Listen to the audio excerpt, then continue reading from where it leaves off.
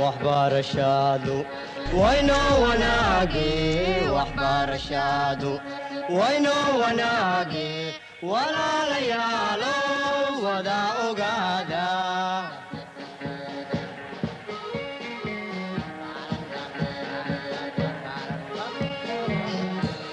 وهي تعلينتا ودادة توسن وهي تعلينتا ودادة توسن. Chers candidats, chers élèves, bonsoir. Nous voilà dans la suite de notre révision dans la discipline philosophie. Et l'exercice de ce soir est un exercice à la fois innovant, original et qui est important parce qu'il est basé sur la méthodologie. Donc le but sera, à travers l'exercice qui sera juste après cette présentation, le but sera d'identifier les problèmes philosophiques du sujet. Cette étape est importante parce que lorsqu'on passe les devoirs, le jour de l'examen, pour ceux qui choisissent la dissertation, il est important d'identifier les problèmes du sujet. Si on a mal compris les problèmes du sujet, on se dirige vers leur sujet. Donc le but de l'exercice ce soir sera justement un exercice d'identification des problèmes philosophiques d'un sujet. Et tout de suite, nous allons commencer l'exercice. On vous souhaite bonne chance. À la fin, on va faire un petit bilan de cet exercice. Donc bonjour, chers candidats, chers élèves. Donc nous voici de retour pour la philosophie et la révision pour les préparations bac. Donc c'est aujourd'hui un exercice sur la méthodologie et surtout sur l'identification des problèmes philosophiques. Voilà. Le but de l'exercice sera de comment identifier les problèmes philosophiques pour chaque sujet. Donc je vais vous expliquer comment on va procéder. À chaque fois, je vais vous proposer un sujet, par exemple sujet 1, en rouge, et je vous donnerai 4 propositions de réponse. Donc c'est à vous de trouver la bonne réponse, la bonne reformulation ou bien le bon problème du sujet. Donc l'exercice c'est ça, c'est pour vous apprendre à éviter le hors-sujet, parce que le cauchemar le jour de l'examen, c'est si vous comprenez mal le sujet, et facilement vous rentrez dans leur sujet. Donc l'exercice, c'est de vous apprendre à identifier les problèmes philosophiques spécifiques au sujet. Donc on va s'entraîner sur quelques sujets. À chaque fois, je vais vous donner 4 propositions de réponse. Après, vous allez trouver la bonne réponse, la bonne reformulation, les bons problèmes philosophiques. Sans trop tarder, on va commencer par le premier sujet, numéro 1, que je lis. Peut-on échapper aux exigences de sa conscience? Donc voilà le sujet, type bac. Donc je vous demande de trouver les problèmes philosophiques. Qu'est-ce qu'on nous demande? La bonne reformulation parmi les 4 propositions A, B, C, D. Donc je lis. Proposition numéro 1, est-ce que le sujet A nous demande A, si on peut se méfier de la conscience? Est-ce que c'est B, peut-on ne pas écouter et suivre sa conscience? Est-ce que c'est C, peut-on détester la conscience? Est-ce que c'est D, peut-on se définir par la conscience? Donc quel est le bon problème philosophique, la bonne proposition entre A, B et C et D pour le sujet 1? Donc je vous laisse chercher la bonne réponse.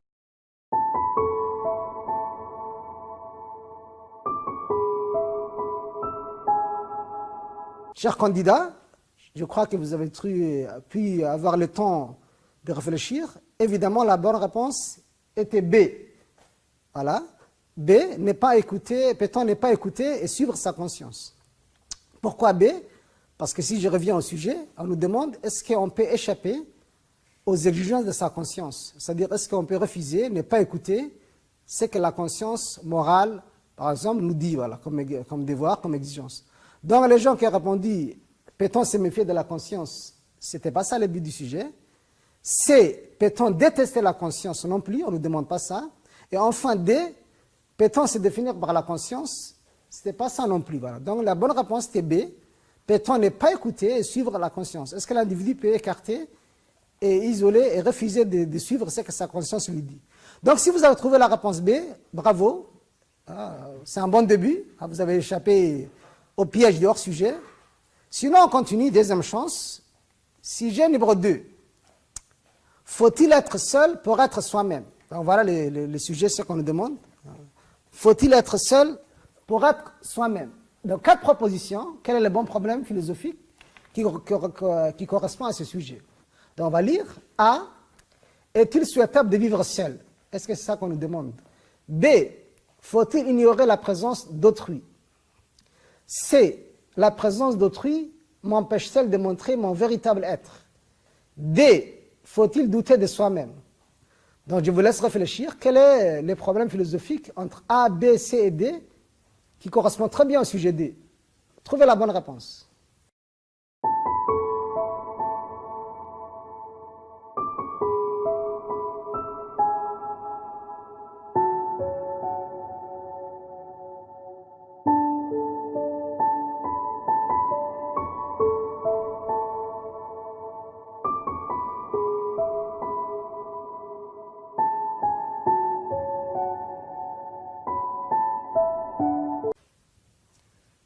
Chers candidats, chers élèves, j'espère que vous avez eu le temps de bien réfléchir et de trouver la bonne réponse qui est la réponse C. Voilà.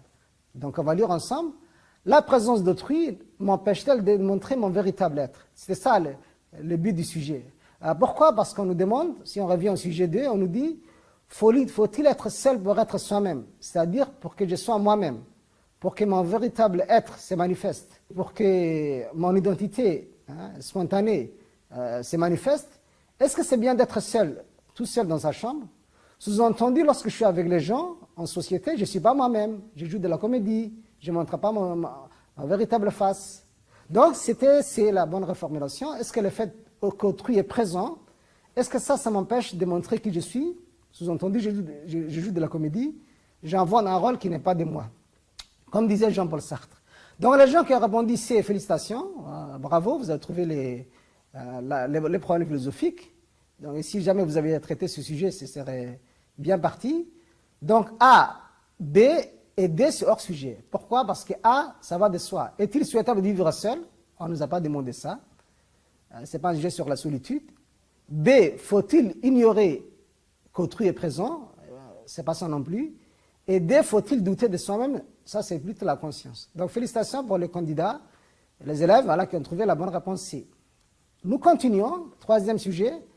Les désirs peut-il se satisfaire de la réalité? Voilà un sujet classique sur les désirs. Donc, quel est le problème philosophique qui correspond à ce sujet-là? Est-ce que c'est A, B, C ou D? A, je lis. Le désir peut-il accepter la possession des objets devant lui? B, le désir peut-il nous éloigner des autres? C, le désir peut-il être incontrôlable?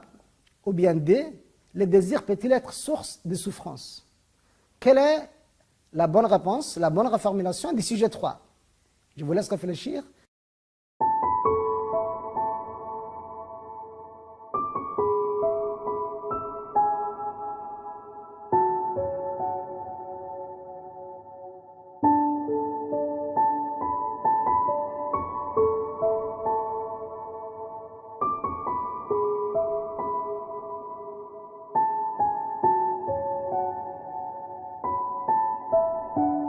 Chers élèves, vous avez eu le temps de bien réfléchir et de trouver la bonne réponse. La bonne réponse qui est évidemment la réponse A. Le désir peut-il accepter la possession des objets qui sont devant lui? Pourquoi la réponse A? Donc si on revient au sujet un peu, on nous demande quoi?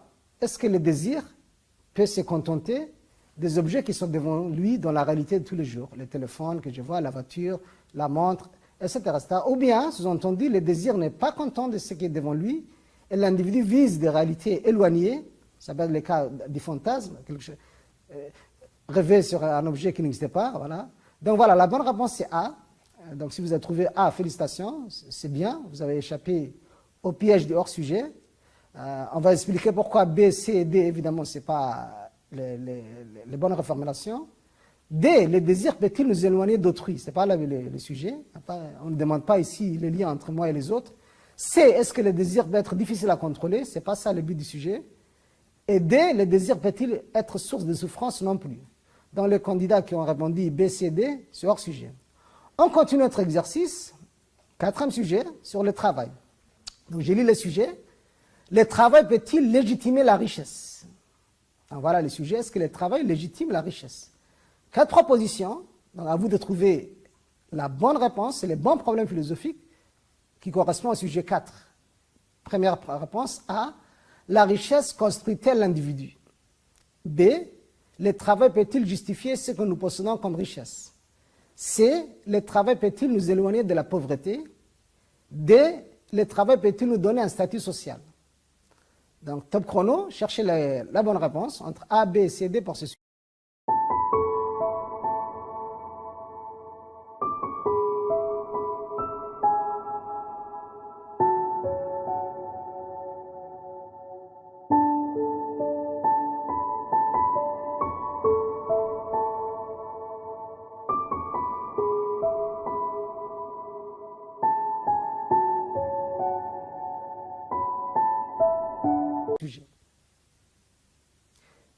Chers candidats, je vous donne la réponse pour le sujet 4. Évidemment, c'est la réponse B.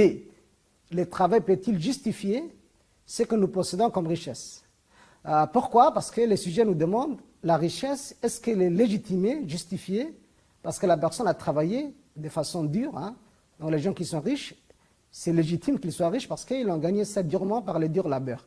Donc les élèves qui ont répondu, candidats qui ont répondu réponse B, félicitations, bravo, vous n'êtes pas tombés dans le piège. A, évidemment, est-ce que la richesse construit l'individu? Ce n'est pas le but du sujet, c'est pas un jeu sur la richesse. C, est-ce que le travail nous éloigne de la pauvreté? Ce n'est pas non plus un sujet sur lien entre travail et éloignement de la pauvreté. D, le travail nous donne-t-il un statut social dans la société? Non plus, ce n'est pas le sujet. Donc, B était la bonne réponse. A, C, D, c'est évidemment hors sujet. On continue. Sujet 5. L'art n'est-il qu'un mode d'expression subjectif? L'art n'est-il qu'un mode d'expression subjectif? Quel est le problème philosophique de ce sujet 5? On va trouver ensemble dans 4 propositions qu'on va lire. A. L'art est-il seulement un moyen d'extérioriser l'intériorité de l'artiste? B. L'art est-il un moyen de maîtriser la réalité? C. L'art est-il ce qui exprime la vérité? D. L'art est-il seulement ce qui fait rêver? Donc, chers candidats, top chrono, cherchez les bons problèmes philosophiques, la bonne proposition entre A, B, C et D pour ce sujet 5.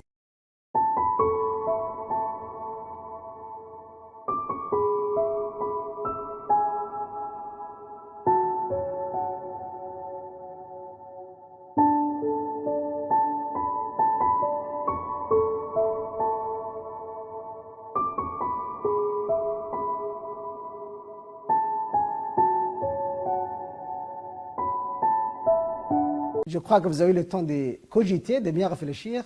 Évidemment, c'est la réponse A. L'art est-il seulement un moyen d'extérioriser l'intériorité de l'artiste? Voilà. Pourquoi? Parce que le sujet nous demande, est-ce que l'art, c'est seulement un mode d'expression subjective? C'est-à-dire, lorsque l'artiste pratique l'art, est-ce que cette activité artistique, c'est juste un moyen ou bien une activité à travers laquelle il exprime quelque chose qui est au fond de lui, dans son intériorité? Donc, le candidat qui a répondu A, j'ai dit excellent, c'est la bonne réponse. B, C, D, c'est hors sujet parce qu'on ne demande pas, par exemple B, l'art est-il un moyen de maîtriser la réalité? Ce n'est pas le but du sujet. L'art exprime-t-il la vérité? On ne nous a pas demandé ça. On nous a juste demandé est-ce que l'art exprime juste quelque chose qui est au fond? Et enfin, l'art est-il seulement ce qui fait rêver? Évidemment, ça va de soi que ce n'est pas le sujet. Le sujet, c'est est-ce que l'art est seulement un moyen d'exprimer quelque chose qui est au fond, voilà, de l'individu, de l'artiste. 6. La parole peut-elle être un moyen de domination? Voilà le sujet. Un sujet qui est tombé au bac ES à Djibouti en 2008.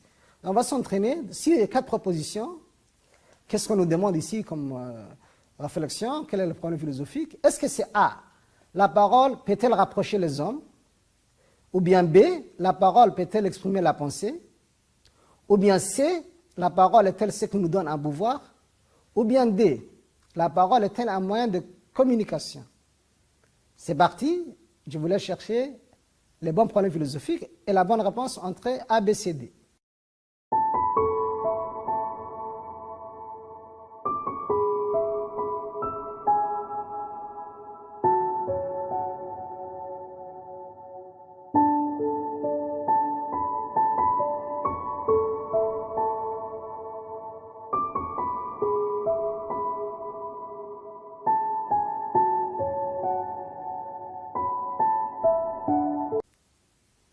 Chers candidats, je crois que vous avez eu le temps de bien réfléchir sur ces 4 propositions.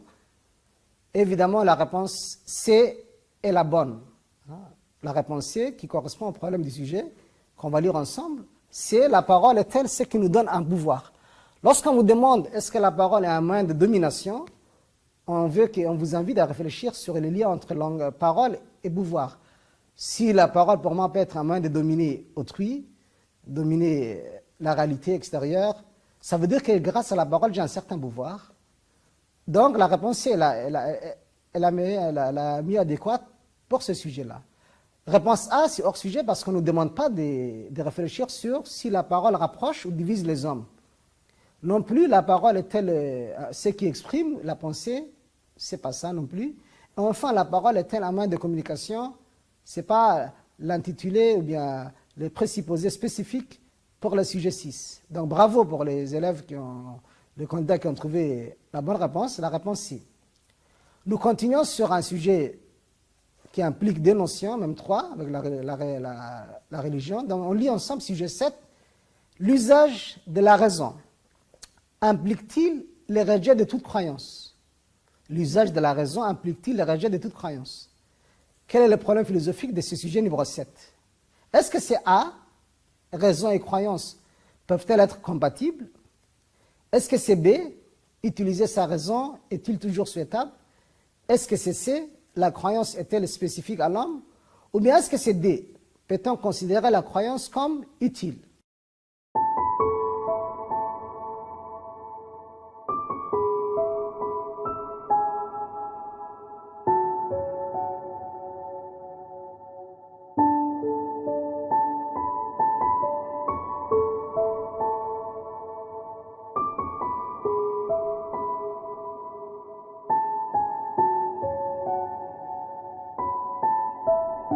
Chers candidats, chers élèves, à vous de trouver le bon problème philosophique pour ce sujet 7.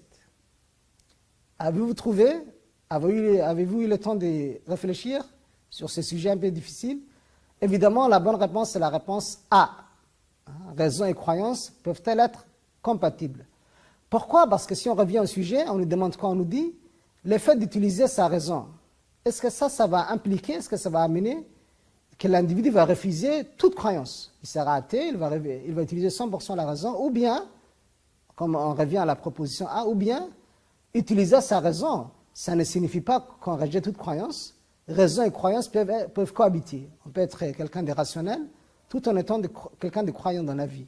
Donc la bonne réponse était A, raison et croyance, est-ce qu'elles cohabitent? Est-ce qu'elles peuvent être compatibles? Ou bien des fois, la raison, elle rejette des croyances qui ne sont pas sérieuses, telles que les superstitions, ou bien toutes les croyances délirantes. Donc B, C et D, c'est hors sujet parce que ce n'est pas que ça qu'on nous demande. B, qu'est-ce qu'on nous dit? B, utiliser sa raison est-il toujours souhaitable? Ce n'est pas le but du sujet. C, la croyance est-elle spécifique à l'homme? C'est sûr, il n'y a que l'homme qui est capable de croire, de croyance. Les animaux ne croient pas, ne possèdent pas de foi. Donc, même si c'est vrai, ce n'est pas le but du sujet. Le sujet nous demande, est-ce qu'utiliser sa raison, ça signifie qu'on va mettre de côté toute croyance? Ou bien D, peut-on considérer la croyance comme quelque chose d'utile? Non plus, ce n'est pas le but du sujet, c'est le sujet impliqué à la réponse A, quel lien y a-t-il entre raison et croyance? Voilà, compatibilité ou pas? Nous continuons avec le sujet 8 sur l'histoire. Donc je lis, la violence est-elle le seul moteur de l'histoire? Voilà le sujet, la violence est-elle le seul moteur de l'histoire? Quel est le problème philosophique sous-jacent à ce sujet? 4 propositions. A, la violence dans l'histoire est-elle intéressante? B, l'histoire nous apprend-elle le mal? C, l'histoire de l'humanité est-elle déterminée et caractérisée par la violence? D, l'historien ne raconte-t-il que les passés violents? Vous allez chercher entre ces 4 propositions quel est le problème philosophique du sujet numéro 8.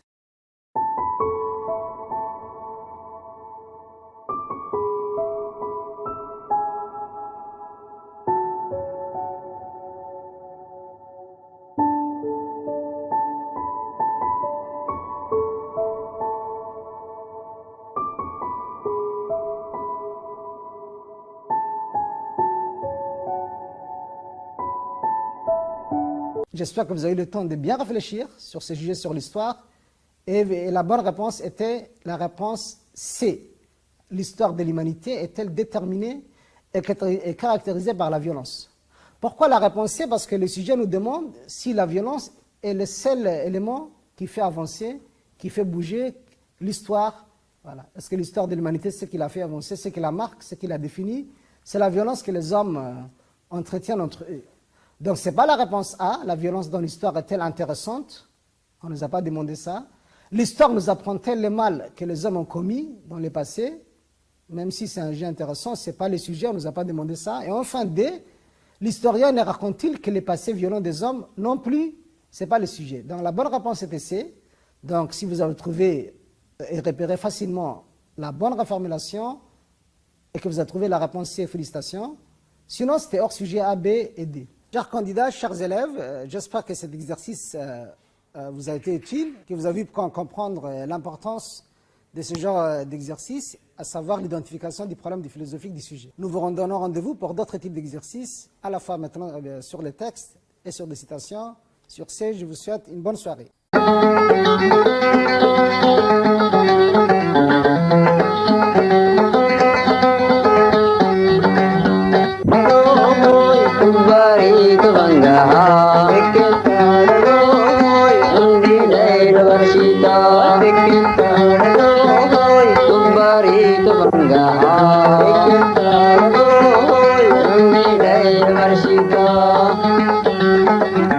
Thank you.